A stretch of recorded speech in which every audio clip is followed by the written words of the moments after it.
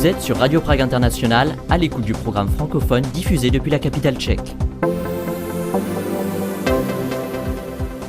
Et vous avez bien raison, chères auditrices, chers auditeurs, merci de nous rester fidèles malgré les restrictions budgétaires qui nous obligent à réduire la voilure de nos émissions. Vous le savez, à partir de ce mois de juin, notre podcast Une demi-heure en Tchéquie ne sera diffusé que 2 fois par semaine, le mardi et le vendredi.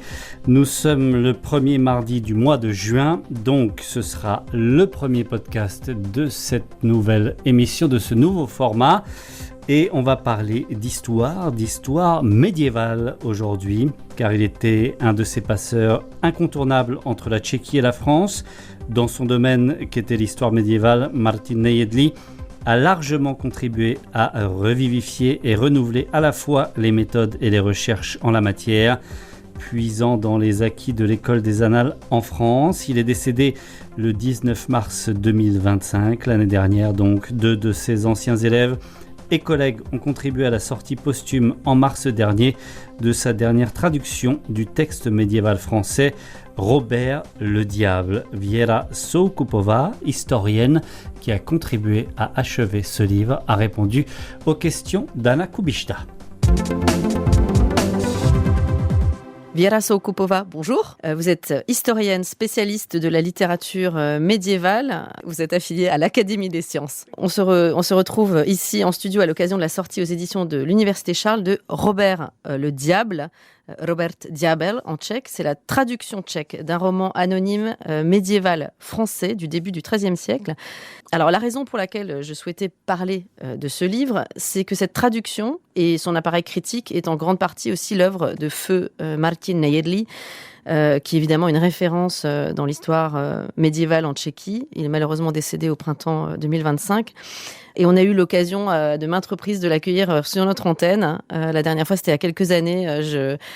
C'était peu après le Covid. On avait fait un entretien à plusieurs voix avec lui, avec Marie-Madeleine de Sevin, sur cette grande somme sur l'Europe centrale. Voilà, c'était pas sur la Bohème en particulier, mais évidemment, lui s'était occupé de la Bohème, de l'histoire en Bohème. Et voilà, c'était notre dernière interaction. Et donc, avec votre collègue, Jakub Jaworník, vous avez terminé son travail. Alors, avant de parler du livre, parce qu'on en parlera, peut-être quelques mots sur Martin Nejedlý. Qu'est-ce qui vous vient à l'esprit quand vous pensez à lui, à sa personnalité ? Martin, pour moi, c'était vraiment une très grande inspiration vers la découverte de la culture française. C'est vraiment quelque chose qu'il a adoré, qu'il a marqué, parce qu'il est parti après la révolution de velours pour faire le doctorat en France à EHESS. Donc, c'est ça, sous la direction de Jacques Le Goff. Exactement, donc il s'est réclamé toute sa vie de sa tutelle et aussi de son amitié avec le grand Jacques Le Goff. Ce séjour de 5 ans l'a marqué vraiment beaucoup. Je crois qu'il ne parlait pas vraiment très bien français avant de partir, alors qu'il a maîtrisé parfaitement le français après son retour. Et en revenant, il a vraiment ouvert vraiment la porte vers l'histoire qui se pratiquait en France, surtout l'histoire des mentalités, encore dans les années 90, puis aussi l'anthropologie historique. Il ne jamais voulait vraiment faire l'histoire politique nette et pure. Il toujours faisait opposition à l'histoire positiviste, comme il disait. En fait, finalement, quand on y pense, il s'est un peu inscrit en faux par rapport... il a apporté d'une certaine manière une espèce de vent nouveau dans l'historiographie tchèque médiévale par rapport à l'histoire médiévale telle qu'elle était pratiquée finalement avant 1989. Il y a vraiment un avant et un après, avec cette inspiration de l'école des annales notamment. Exactement. Donc, il a vraiment contribué beaucoup au renouvellement des méthodes historiques, des approches complètement nouvelles qu'on ne connaissait pas encore dans les années 90 ici, à l'Université Charles non plus. Il a beaucoup marqué vraiment des générations, des étudiants. Si on peut dire que il est peut-être le premier ou l'un des premiers qui ont pratiqué l'anthropologie historique. Il n'était pas évidemment le seul à le faire déjà en ce moment-là. Donc on peut nommer aussi, par exemple, l'historien Martin Nodl, qui n'est pas du tout lié en France, mais qui a beaucoup contribué déjà en ce moment-là aussi à l'introduction des méthodes d'anthropologie historique. Mais leurs deux approches sont complètement différentes. Mm-hmm. Alors que Martin Nodl, il est plus analytique, il s'est plus tourné vers l'étude des rituels, etc. Pour Martin Nejedlý, c'était toujours la primauté de voir l'ensemble de la production culturelle en lien avec les événements politiques, avec les commanditaires, les élites. C'est ça qui l'intéressait toute sa vie, qu'il a poursuivi aussi vraiment dans tous ses ouvrages. D'ailleurs, c'est intéressant.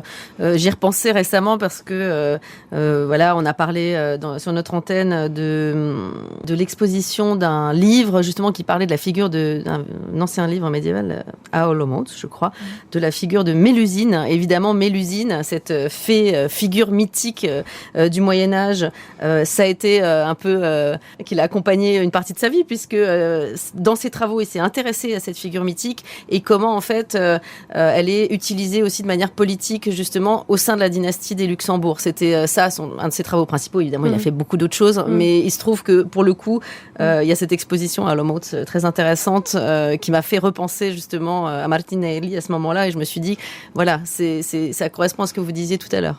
Merci beaucoup, parce que bon, je l'ai pas vue cette exposition, du coup ça m'intéresse beaucoup, donc merci. Et c'est justement ce que vous avez dit.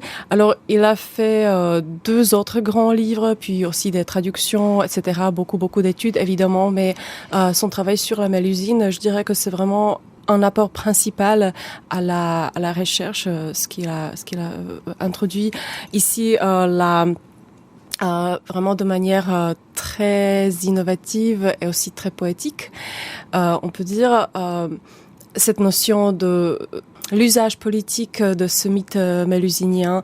Évidemment, il a trouvé ainsi la voie de relier ces 2 grands domaines d'intérêt, la France avec sa production littéraire et puis la Bohème grâce à la dynastie des Luxembourg et des liens familiaux entre les Luxembourg et les Valois. Donc c'est ainsi qu'il a vraiment développé ce travail autour de ce mythe de Mélusine, qui a été commandité par Jean de Berry, qui était le fils de la princesse luxembourgeoise Bonne de Luxembourg, qui était aussi la sœur de Charles IV. De Charles IV. Oui, voilà. Tout à fait. Relié. Oui, c'est exactement ça. D'ailleurs, c'est toujours intéressant de se rendre compte, en effet, que, alors, à la fois dans la société médiévale, à un haut niveau, donc via des mariages, etc., finalement, en fait, c'est une Europe qui circule. Enfin, les gens circulent entre les royaumes, entre les familles, etc. On le voit, c'est évidemment au niveau de la hiérarchie de la société médiévale, on le voit à ce niveau-là, mais finalement, on se rend compte que ça circule en fait beaucoup plus bas, d'ailleurs, dans les échelons. C'est pas du tout un Moyen-Âge statique, finalement. C'est peut-être ça aussi qu'il a montré, non? Que le Moyen-Âge, c'était pas cette espèce d'impression très statique parfois que les gens qui ne connaissent pas finalement en détail perçoivent. Oui, c'est possible qu'il ne faisait pas ça de manière tout à fait explicite.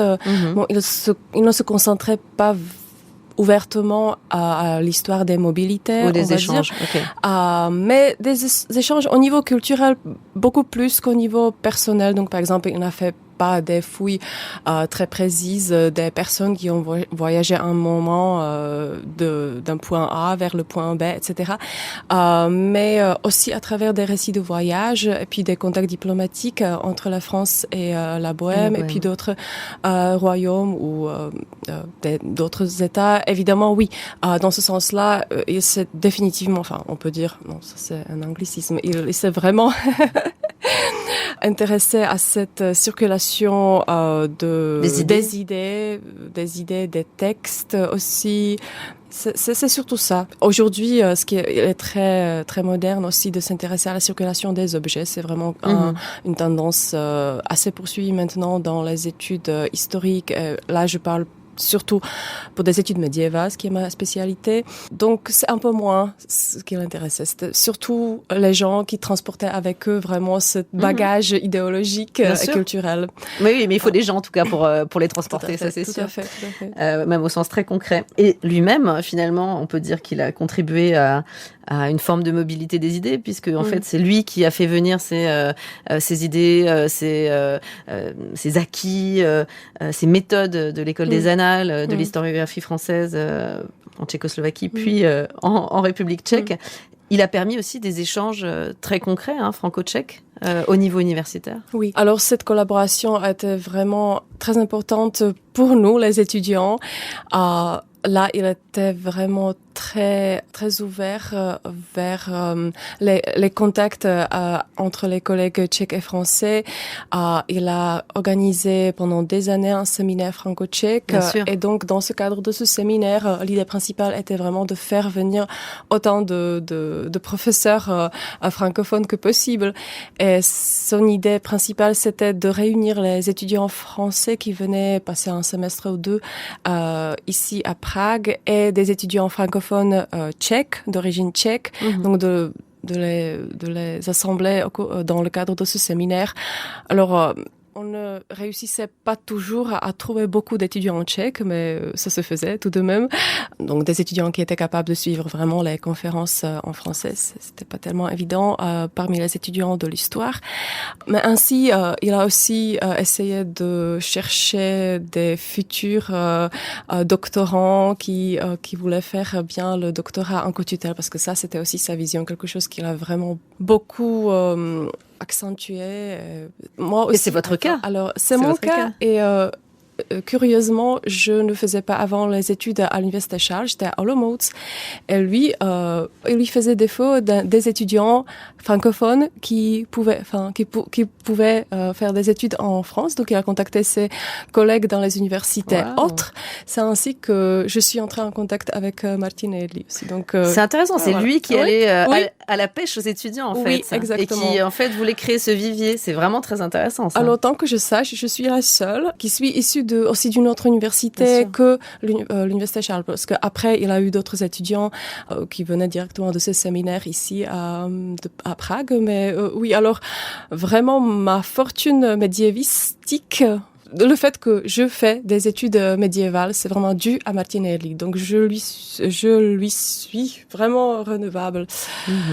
Beaucoup. Vous lui avez évidemment bien rendu, même s'il ne le sait pas, en terminant en fait les travaux donc de traduction et d'appareil critique autour de cet ouvrage Robert le Diable, dont je disais en introduction que c'est un roman anonyme médiéval français du début du XIIIe siècle. Dans quel état vous avez trouvé ces travaux qui étaient inachevés? Il fallait faire la révision de la traduction qui a été en fait plus ou moins terminée, mais on va dire que c'était une première phase qu'il fallait encore revoir. Donc je suis revenue vraiment au texte original de cette édition qui a été préparée par son amie Elisabeth Gaucher-Raymond. C'est l'édition de 2 manuscrits qui préservent des versions légèrement différentes du roman.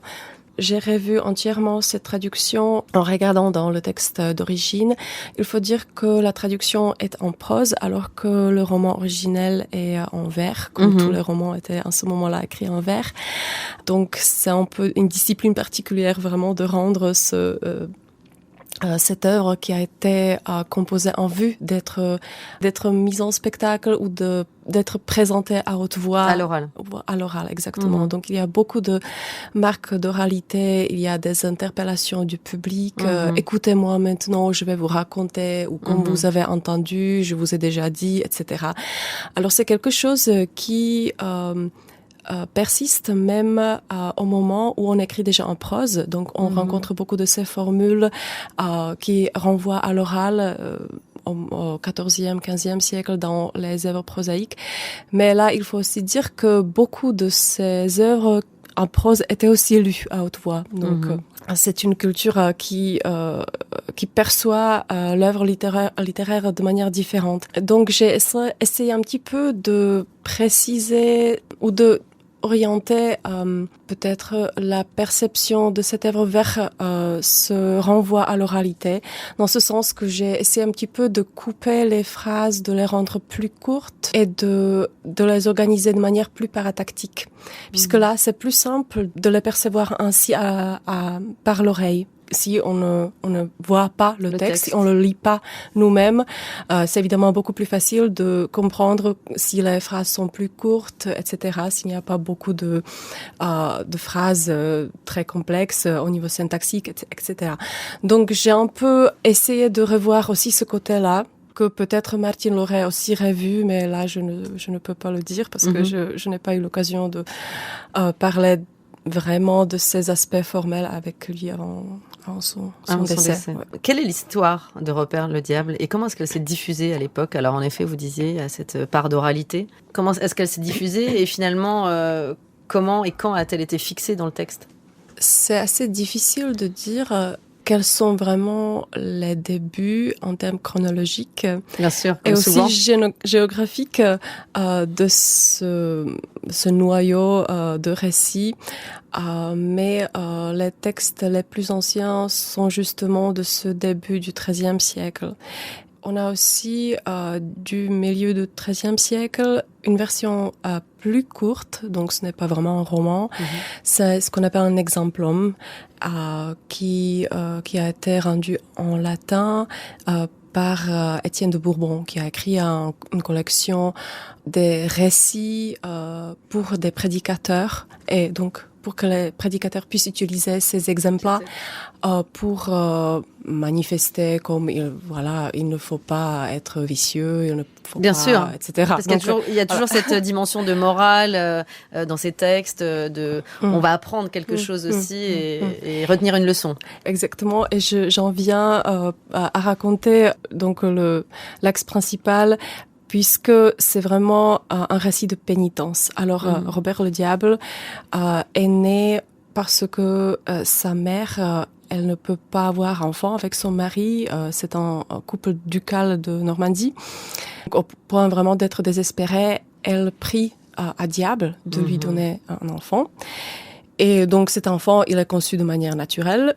Mais juste après vraiment ce défi que la duchesse a fait au diable de lui donner un enfant, et donc cet enfant dès le début il commet mal, il se comporte très méchamment vers ses nourrices, il est mort, mais de manière vraiment très brutale. Dès qu'il peut marcher, il jette des ordures à n'importe qui. C'est assez aussi une partie, on peut dire, un peu humoristique. Mais très tôt, il commence à commettre des meurtres. Il bat des clercs, etc. C'est surtout son violence est tournée vers l'Église. Elle est représentante de l'Église. Puis quand il grandit un petit peu, il détruit des biens, des églises, des chapelles, etc. Donc c'est vraiment une guerre contre le Dieu qu'il mène, mais sans savoir pourquoi.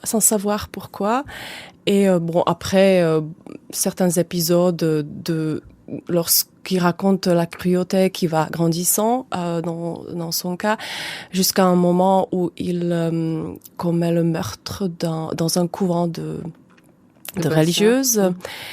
Donc encore la violence tournée vers les femmes, puis il détruit ce couvent. Et là, après, c'est une description très forte. Il revient dans son château tout couvert de sang, avec son cheval, qui est aussi tout couvert de sang. Donc, on voit les gouttes qui tombent de la tête de cheval, etc. C'est digne d'un film d'horreur. Tout à fait. Et donc, en ce moment-là, il se dit, mais pourquoi je fais cela? Pourquoi je suis toujours tellement poussé vers le mal? Donc, il encore par le menace de violence, il extorque ce secret de sa mère. Et en ce moment-là, il éprouve vraiment une conversion très brutale et il se fait pénitent pour le reste de sa vie. Et donc le reste du roman, c'est encore la partie la plus grande qui est dédié à sa pénitence. Il va à Rome, il se fait confesser d'abord par le pape, mais lui, il ne peut pas lui donner l'absolution, donc il va chez un ermite. Mais ce qui est essentiel, il doit se faire muet, et il doit manger avec des chiens pour vraiment faire sa pénitence proprement. Après, il combat des hérétiques, etc. On comprend mieux du coup pourquoi c'était un exemplum en fait. Exactement. Donc c'est le récit de pénitence. Et au moment, vers la fin de récit, où des Sarrasins, comme on disait, des Turcs, des non-chrétiens, sont battus pour la 3e fois grâce à Robert, évidemment, parce qu'il y a beaucoup aussi de ces renvois et références vers les romans d'aventure, des romans d'inspiration arthurienne. Donc, en ce moment-là, l'empereur de Rome veut lui donner sa fille, mais il la refuse et il va vivre chez cet ermite dans la forêt. Donc, ça se termine comme ça. c'est la version la plus ancienne qu'on préserve, le récit médiéval. Dans les adaptations postérieures, ils marient cette princesse et ils ont un enfant. Il y a une belle matière, en fait, finalement, qu'on retrouve dans des contes plus tardifs. Tout à fait. Donc, on voit vraiment beaucoup de structures qui renvoient à des contes de fées tels qu'on les connaît aujourd'hui encore. Mais c'est vraiment un amalgame de littérature hagiographique, exemplaire, et comme je disais aussi romanesque. Romanesque et d'aventure. Oui, chansons de geste aussi, Bien avec sûr. ces combats très naturalistes aussi. Donc on voit vraiment la violence sur le premier plan qui est décrite. Comment est-ce que ce texte, alors vous parlez de l'oralité, comment ça s'est diffusé justement à l'époque? C'est les troubadours, c'est comment? C'est les clercs? Alors, c'est une excellente question sur laquelle malheureusement, je n'ai pas de réponse, parce que les deux premiers manuscrits sont des produits d'une commande probablement nobiliaire. Un manuscrit qui renferme la version un petit peu plus courte. Il est très illustré, donc il y a beaucoup d'illumination. Il y a encore 3 autres romans, donc c'est un manuscrit assez copieux. Une belle copie, on va dire, qui vraiment probablement était fait pour quelqu'un d'une famille noble. Exactement. Le cas de l'autre manuscrit qui est beaucoup plus jeune, c'est le tournant du 14e, 15e siècle. Là, on voit aussi des illustrations, des enluminures. Donc, il se peut aussi que c'était pour quelqu'un de noble souche. Mais en ce moment-là, on voit aussi un lectorat, surtout parce que ce manuscrit-là, il provient probablement du nord de France. Et donc, c'est une région qui se développe beaucoup. Il y a une classe urbaine assez forte, etc. Donc, il se peut vraiment qu'en ce moment-là, c'était déjà le lectorat des patriciens, des élites bourgeoises, urbaines, bourgeoises, qui ont pu lire cela. Alors, pour une transmission purement à l'oral, évidemment, on n'a pas de preuves, Bien on n'a sûr. pas de documents. Et ces deux manuscrits, quand même, alors qu'ils ne sont pas exactement similaires, elles ont une version qui est très proche. Donc cela montre qu'il y a eu d'autres manuscrits qui ont renfermé cette version écrite. Et qui ont disparu depuis. Exactement. Mais il faut le dire, alors que ce récit devait être beaucoup plus connu qu'on ne on le soupçonne parce que on a d'autres adaptations encore du XIVe siècle.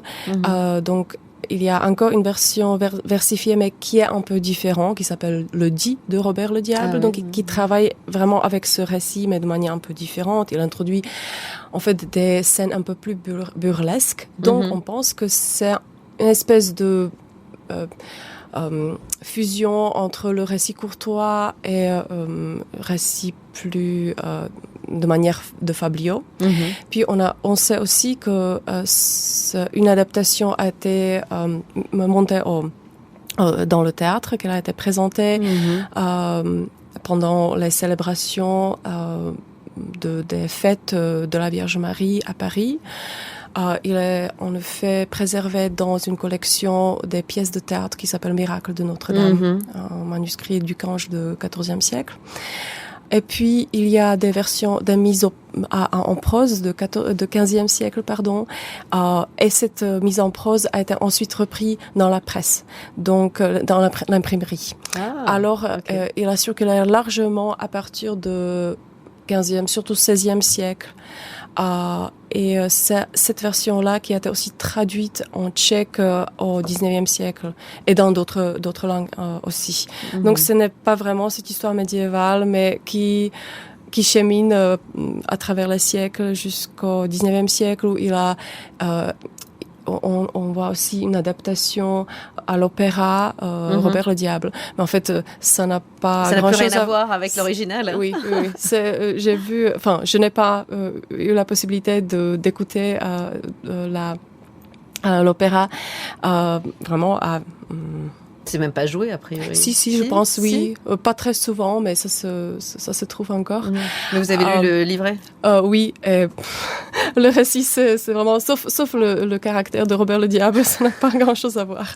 C'est ça qui est super intéressant en fait avec, on va dire avec ces récits médiévaux. Déjà, c'est leur extrême plasticité, c'est-à-dire en effet, ils peuvent être repris, réadaptés, un peu changés, etc. Mais là, ce que vous dites, c'est que finalement, ça a même traversé les siècles. On va dire le destin de ce texte traverse en fait les époques. Il y en a pas autant. Alors, quand on compare la légende l'énormité, arthurienne, elle a été quand même beaucoup réadaptée pour le coup. Oui, ça c'est vrai. Mais c'est vrai aussi pour l'histoire de Mélusine, qui a également entré dans l'imprimerie et qui a été beaucoup ensuite diffusée par ce voie-là. Donc c'est plutôt, je pense, les gens d'aujourd'hui l'associent l'histoire de Mélusine surtout avec cette histoire de 16e siècle qui a été reprise par la suite, mais pas avant.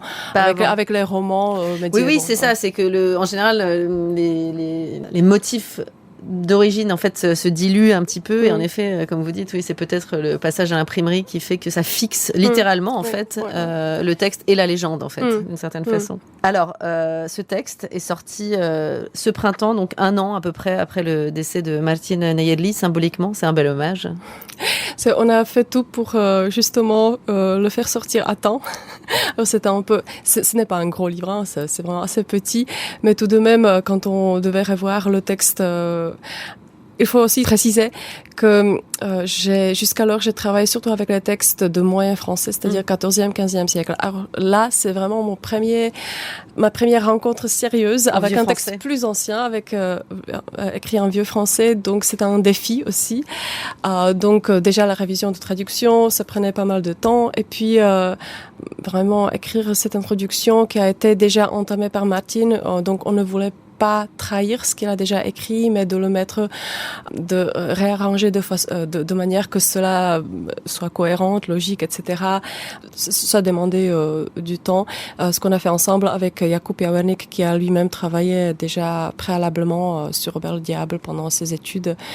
C'était encore grâce à Martine, qui était vraiment enchantée d'avoir trouvé un étudiant qui se portait volontaire d'étudier Robert le Diable. Et donc voilà, la paracritique, c'était aussi quelque chose à faire encore. Donc voilà, tout ça. Merci beaucoup, Viera Soukupova. Je vous remercie beaucoup de cette invitation très aimable. Merci. Viera Soukupova, donc au micro d'Anna Kubishta, pour ce premier podcast du mois de juin, et c'est en ce moment que nous avons besoin du maximum de votre soutien, chères auditrices, chers auditeurs. Donc n'hésitez pas à nous écrire, à participer à la série organisée pour les 90 ans de notre station, et vous pouvez vous-même participer en nous racontant votre lien avec la Tchéquie et avec Radio Prague International. Et puis vous pouvez également nous rejoindre sur les réseaux sociaux, sur Blue Sky, Facebook, X, également YouTube et Instagram. En tout cas, on vous attend nombreux également pour le prochain podcast qui sera donc diffusé vendredi. Voilà, c'est tout pour aujourd'hui. Je vous souhaite une très agréable semaine où que vous soyez dans le monde. Ahoj, naslyšenou.